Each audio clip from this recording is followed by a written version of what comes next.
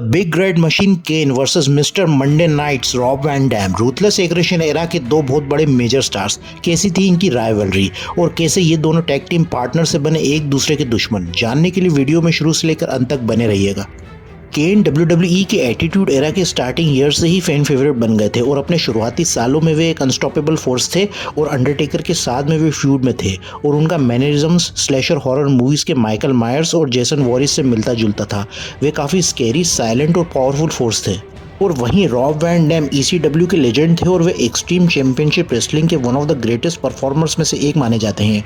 RVD ने WWE में debut किया था जुलाई 9, 2001 के रॉ के एपिसोड में, जहां पर उन्होंने एज अ हील डेब्यू किया था और उनका डेब्यू इन्वेजन एंगल के समय हुआ था, जहां पर दूसरे WCW के रेसलर्स और ECW के पुराने रेसलर्स WWE में परफॉर्म करने लगे थे, जहां पर उन्होंने क्रिस जेरिको और केन पर अटैक किया था। मतलब अपने WWE के पहले एनकाउंटर में ही उन्होंने केन को फेस किया था और उसी रात के मेन इवेंट में 5 WWE के रेसलर्स, 5 WCW के रेसलर्स और ECW के रेसलर्स के बीच एक टैग मैच होता है जिसमें ECW और WCW जीत जाती है। रॉब वैन डैम एक मार्शल आर्टिस्ट से एक प्रोफेशनल रेसलर बने थे और अपने फाइटिंग स्टाइल के लिए फैंस में वे काफ़ी पॉपुलर थे। क्राउड उनके मूव्स को देख पागल हो जाता था और उनका फिनिशर 5 स्टार फ्रॉग स्प्लैश इतना शानदार होता था कि ऑडियंस को वो एज ऑफ द सीट उठने वाली चिल दे दिया करता था। फिर सर्वाइवर सीरीज 2001 में RVD और केन दोनों अलग अलग टीम्स का हिस्सा थे, जहां पर केन WWE में थे और RVD टीम WCW में थे, जहां पर फिर से वे दोनों आमने सामने थे, जिसमें टीम WWE जीत गई थी और RVD को एक हील से एक बेबी फेस कर दिया गया था और वो फैंस में सुपर ओवर थे और क्राउड से उन्हें ट्रिमेंडस रिएक्शन मिलता था जब भी RVD की एंट्री होती थी। और 2002 तक केन भी फैन फेवरेट थे और वे अपनी तरफ से और ज़्यादा ह्यूमन इमोशंस को दिखाने लगे थे और हरी केन के साथ उन्होंने अपनी टीम भी बनाई थी। और केन और RVD दोनों का फ्यूड उस समय के मेगा हील ट्रिपल एच के साथ चल रहा था। ट्रिपल एच और RVD का वर्ल्ड हेवीवेट चैंपियनशिप मैच भी हुआ था अनफॉरगिवन पेपर व्यू में और ट्रिपल एच और केन का फ्यूड उसके बाद स्टार्ट हो गया था, जिसमें वो एक इनफेमस केटीविक स्टोरी का पार्ट थे। और जब केन के टैग टीम पार्टनर हरी केन को बैक स्टेज ट्रिपल एच और रिक फ्लेयर ने अटैक किया था, तो केन और RVD ने अपनी एक टैग टीम फॉर्म कर ली थी अक्टूबर के रॉ के एपिसोड पर, जहां पर उनका मैच हुआ था ट्रिपल एच और रिक फ्लेयर के साथ और ये उनका as a tag team first match था। पर उसी दौरान RVD वर्ल्ड हेवीवेट चैंपियनशिप के टाइटल पिक्चर में भी थे, पर वे केन के साथ भी रेगुलर टैग मैचेस का पार्ट रहते थे। दोनों केन और RVD ने सर्वाइवर सीरीज के एलिमिनेशन चैम्बर मैच में भी पार्ट लिया था, पर उसे जीता था शॉन माइकल्स ने। और फिर रॉयल रंबल 2003 में केन और RVD ने पार्टिसिपेट किया था और वे लास्ट के 5 पार्टिसिपेंट्स में से एक थे, पर जहां केन ने RVD को ट्रिक करके उन्हें एलिमिनेट किया था और वैसा ही उनके बड़े भाई अंडरटेकर ने भी केन के साथ वही किया था। केन और RVD दोनों क्राउड के फेवरेट्स थे और जब भी उनकी एंट्री होती थी उन्हें बहुत अमेजिंग क्राउड रिएक्शन मिलता था। फिर नो वे आउट 2003 में केन और RVD का मैच हुआ था लैंस स्टॉर्म और विलियम रीगल के साथ। इसमें केन और RVD हार जाते हैं, जिसमें केन ने RVD को गलती से चोकस्लैम दे दिया था।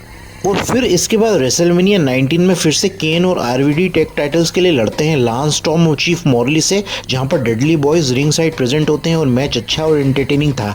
पर यहाँ क्लोजिंग मोमेंट्स में डेडली बॉयज मैच में इंटरफेयर करते हैं और लांस स्टॉर्म को अटैक करके RVD को रिंग में फेंकते हैं और RVD को दोबारा अटैक करके लांस स्टॉर्म से उसे पिन करवा देते हैं। यहाँ पर फिर से केन और RVD अपने टैग टाइटल्स हार जाते हैं। और फिर इसके बाद मार्च 31 रॉ के एपिसोड में केन और RVD lance storm, chief Morley और डेडली बॉयज को 3 वे एलिमिनेशन में हराते हैं और वर्ल्ड टैग टाइटल्स को अपने नाम कर लेते हैं। और फिर बैकलैश पेपर व्यू में डेडली बॉयज को वे हराकर अपने टाइटल्स को डिफेंड कर लेते हैं और ब्रिटिश पेपर व्यू इंसुरेक्शन में भी अपने टाइटल्स को डिफेंड कर लेते हैं ला रेजिस्टेंस के अगेंस्ट। और फिर इसके बाद बैड ब्लड पेपर व्यू में केन और RVD फेस करते हैं ला रेजिस्टेंस को, जिसमें केन और RVD का मिसकम्युनिकेशन होता है और गलती से RVD रिंग के ऊपर से जंप करते समय केन पर गिर जाते हैं और RVD को अपना फिनिशर देकर ला रेजिस्टेंस टैग टाइटल्स अपने नाम कर लेते हैं। और यहीं से ही केन और RVD के रिलेशन में दरार आना शुरू हो गई थी। इसके बाद केन और RVD दोनों ट्रिपल एच के साथ एक और फ्यूड में इन्वॉल्व हो जाते हैं, जहां पर ट्रिपल एच केन को उनके हील ग्रुप एवोल्यूशन को ज्वाइन करने का कहते हैं, पर केन यहाँ ट्रिपल एच के ऑफर को रिफ्यूज कर देते हैं और ट्रिपल एच को चोकस्लैम दे देते हैं। और एरिक बिशॉफ वहां आकर कहते हैं कि अगर वे वर्ल्ड टाइटल हार जाएंगे तो उन्हें अपना मास्क उतारना पड़ेगा। दोस्तों, यहाँ केन के अनमास्किंग पर मैं एक अलग सेपरेट वीडियो में बात करूंगा। और जून 23 रॉ के एपिसोड में केन और ट्रिपल एच का वर्ल्ड हेवीवेट टाइटल मैच होता है, जिसमें केन ट्रिपल एच से हार जाते हैं और मैच के एंड में RVD केन की मदद के लिए आ जाते हैं, पर केन यहाँ RVD को ही चोकस्लैम दे देते हैं अपनी अनमास्किंग के बाद। और केन यहाँ से अभी पूरी तरह से हील नहीं हुए थे।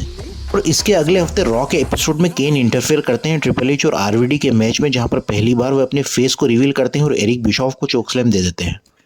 जुलाई 21 रॉ के एपिसोड में केन और आरवीडी का मैच सेट होता है और केन की एंट्री होती है जहां पर उन्हें चेन से बांधकर पुलिस वालों के साथ रिंग में लाया गया था।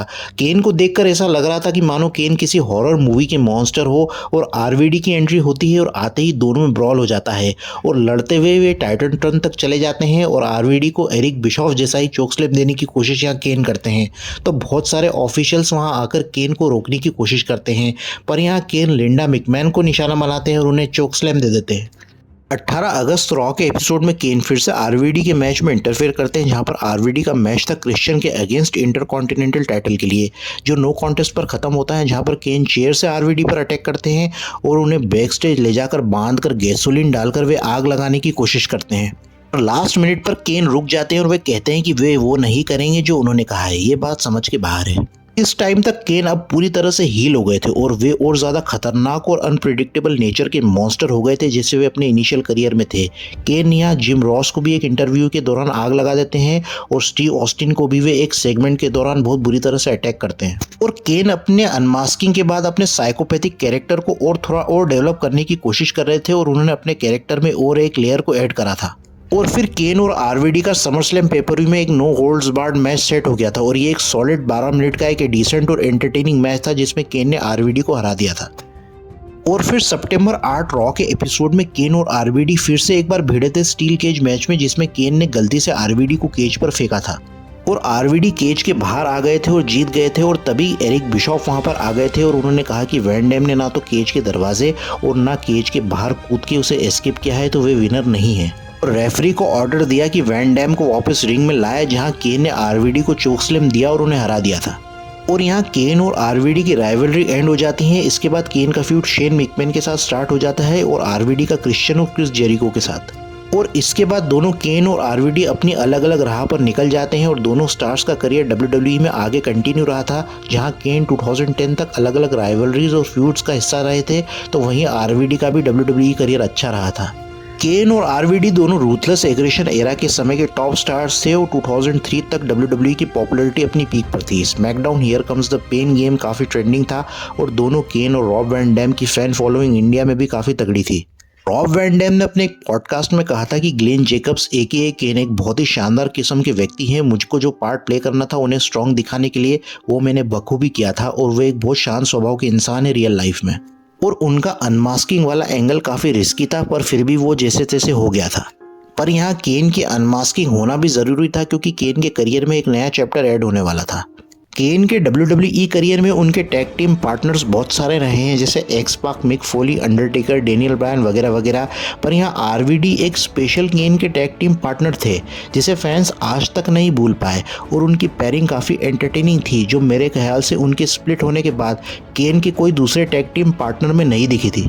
और अगर आपने केन और आरवीडी के मैचेस को एंजॉय किया होगा तो आप कमेंट कर बताओ। स्टे अपडेटेड रहिएगा wrestling stories and facts channel में।